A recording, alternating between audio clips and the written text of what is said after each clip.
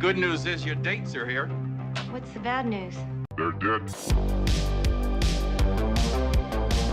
Oh, you're so cool, Brewster. Everybody's a suspect! Honey, you got real ugly. Don't fuck with the Chuck. Welcome back to Toe Tag Reviews. I'm Chuck, and today you guys are in for a real treat because we're going to be talking about the Autopsy of Jane Doe, which is one of my all-time favorite films. It was directed by Andre Overdahl, and it made this much money. Like, look at those numbers. It's sad. It's pathetic.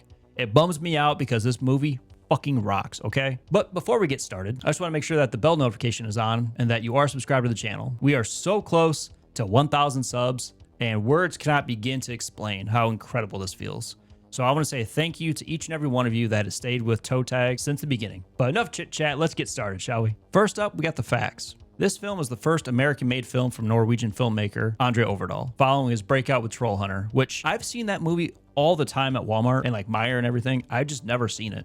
So if you guys have seen it, let me know in the comments if you would recommend it. One of the reasons why Olwen Kelly was selected is because of her extensive knowledge with yoga, which helps control the breathing and her body movement, which like, okay, that's pretty fucking cool. Martin Sheen was originally cast as Tommy, but was replaced by Brian Cox due to conflicting schedules. Like, I couldn't even begin to explain the frustration for the actors. That being said, I'm not upset that Brian Cox took the role. His dynamic with Emile Hirsch is amazing and borderline believable. Like, for a moment, you almost feel like they are father and son, which is another notch in this movie's belt. Next up, we got the plot.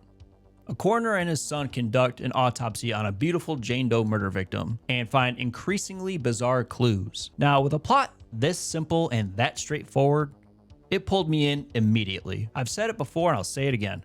Simplicity is key. There's no need to overcomplicate things, and this movie is really good at keeping things simple. It has a steady pace throughout the film, and with an hour and a half runtime, you feel like you're there experiencing these strange events, which is pretty cool if you ask me. It's one thing to watch a movie, it's another thing to feel immersed in the movie. Something else I admire about this film is that it was shot in chronological order, which I really like that because it keeps things tight and cohesive. I'm sure we've all seen movies that some scenes just felt clunky and kind of like out of place, but this is very good at just keeping it tight. Personally, if I was a filmmaker, this is how I would shoot every movie, but I get it. It allows the actors to be flexible with other projects that they got going on, so like, I get it. Next up, got the characters.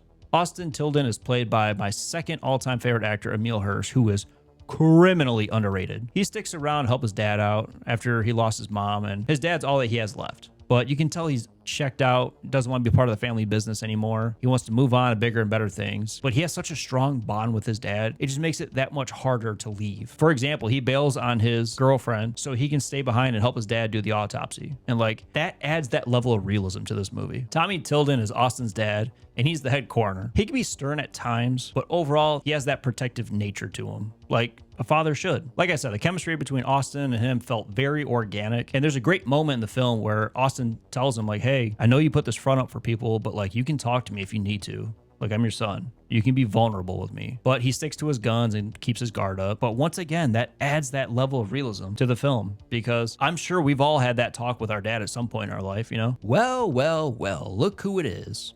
If it isn't Lord of the Dreadfort and Warden of the North, Roose fucking Bolton. I'm just kidding. I really liked him in Game of Thrones, but that's a whole different conversation. He's the sheriff of the town, and he finds the Jane Doe victim and takes him to Tommy, and he states that he's known the Tilden family for 20 years, and it shows by the way he talks to him. His character's kind of brief, but I just want to throw that Game of Thrones bit in there for shits and giggles. Next up, we got the kills. We only see 3 people die in this film, unfortunately, so I can't give anyone in particular the VHS rewind moment. The shock value of Emma's, though, was pretty rough, but sadly it was off screen. Next up, we got the scare factor. It's pretty creepy. I'll be straight up with you. Like I've said, I've watched it for the first time in pitch black, and I was a little spooked. I've seen a lot of horror movies in my day, so I'm kind of desensitized to a lot of things, but once in a blue moon, there's one that just really heebies my jeebies, and this is it for me. I know a couple of my friends that have recommended watch this movie. They all said the same thing. It's incredible and it's creepy as shit. It's really just eerie and it stays consistent throughout the film. The effects are great, and if you are a little bit squeamish from seeing like human innards, then yeah, you might want to fast forward a couple parts. Next up, we got the replay value. Now, if I was personally to make a top 10 list of perfect horror films, or just perfect films in general, I would put this on there. I really can't find anything wrong with it. I mean, Stephen King himself called it visceral horror on par with Alien and early David Cronenberg, and is considered to be one of the best horror films of 2016. Like, that is one of the highest compliments, in my opinion. Stephen King, the king, said it. You know what I mean? Last up, we got the toe tag score. If you haven't caught on by how much I'm glazing this movie, it's definitely a 5 out of 5. I'm pretty sure I used that term correctly. If not, I look pretty fucking dumb right now. But in conclusion, this is a movie that you should watch, but with the lights on. All right, guys, I hope you enjoyed the review. If you do check this movie out, let me know in the comments and let's get a dialogue going. I want to know your thoughts. So, as always, I'm Chuck. Don't forget to like, subscribe. Until then, see you later.